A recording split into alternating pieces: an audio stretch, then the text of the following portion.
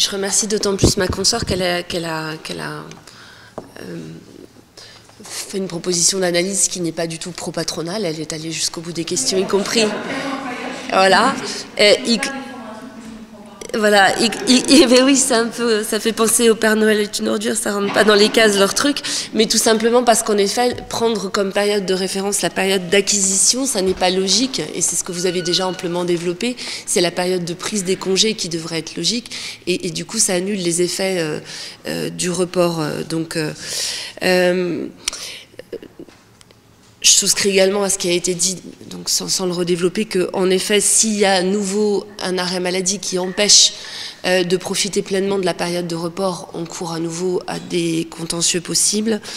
Je pense que côté employeur, la lisibilité des compteurs de congés payés sur les bulletins de paye va devenir extrêmement problématique. Déjà, honnêtement, les droits des salariés malades, c'est constamment qu'on est obligé de regarder les décalages de paye, d'indemnisation, etc.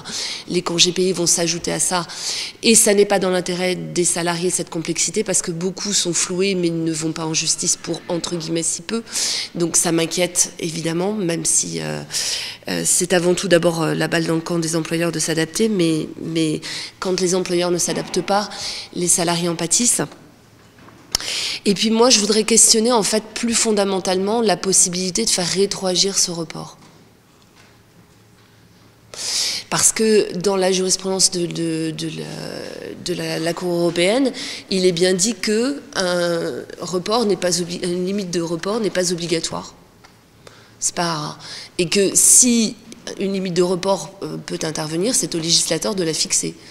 Peut-il la fixer avec effet rétroactif? L'amendement fait comme si le sujet n'existait pas, comme si on n'avait pas à le questionner. Et puis après, il vous colle en plus le délai de 2 ans qui court même sans information du salarié pour bien dire là, ce sera fini. N'empêche qu'il n'y a pas de motif valable de faire rétroagir ce report que l'État français n'a jamais jugé utile de faire jusque-là. Normalement, en application du droit de l'Union européenne, les salariés ont leurs droits reconnus, et venir leur dire maintenant que ah bien tant pis, il y a une limite de report qui... Alors on vous les reconnaît et puis on vous les reprend en fait. Tour de passe-passe, on vous les reconnaît et puis on vous les reprend. Donc je pense que ça mérite d'être questionné, vraiment, fondamentalement, par rapport à est-ce que ce report rétroactif n'est pas contraire aux droits de l'Union européenne. Donc je pense qu'on n'a pas fini de plaider sur le sujet, voilà, et de s'interroger. Puis je ne dis pas plus parce qu'on a encore d'autres sujets à voir. Alors, et ça ne peut pas être un congé, ce congé ne peut pas se cumuler, enfin, le droit au congé ne peut pas se cumuler sur plusieurs périodes au point que ce soit insupportable pour l'organisation de l'entreprise. C'est ce que la Cour de justice dit. Donc il faut pour ça un report. Alors à partir, moi je dirais que ce soit la période d'acquisition ou la période... En fait, à la fin, ça revient au même. C'est que chaque fois que le salarié travaille, ou est d'ailleurs en suspendu, parce qu'il est en congé, les droits s'accumulent. Oui, mais si, parce qu'à la fin, s'il n'a pas pris... Que ce soit les congés qu'il a acquis ou qu'il aurait dû pouvoir... En fait, quand il n'est pas là, il a acquis des congés. Ça, je suis bien d'accord. Oui, donc à la fin, il a toujours... Donc ce qui va se passer, c'est qu'à un certain moment, quand il revient, il faut qu'il puisse prendre des congés. Il ne va pas pouvoir cumuler 10 périodes de congés, parce que ce n'est pas possible à organiser pour l'employeur. Donc, en fait, ce que dit la dernière jurisprudence, Keolis, c'est, bon, on ne peut pas imaginer deux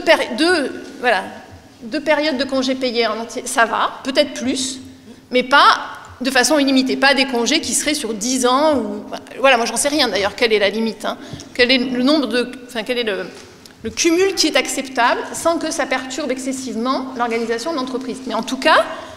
Il faut pouvoir prendre des congés au retour. Après, on ne peut pas bloquer ça de façon trop stricte.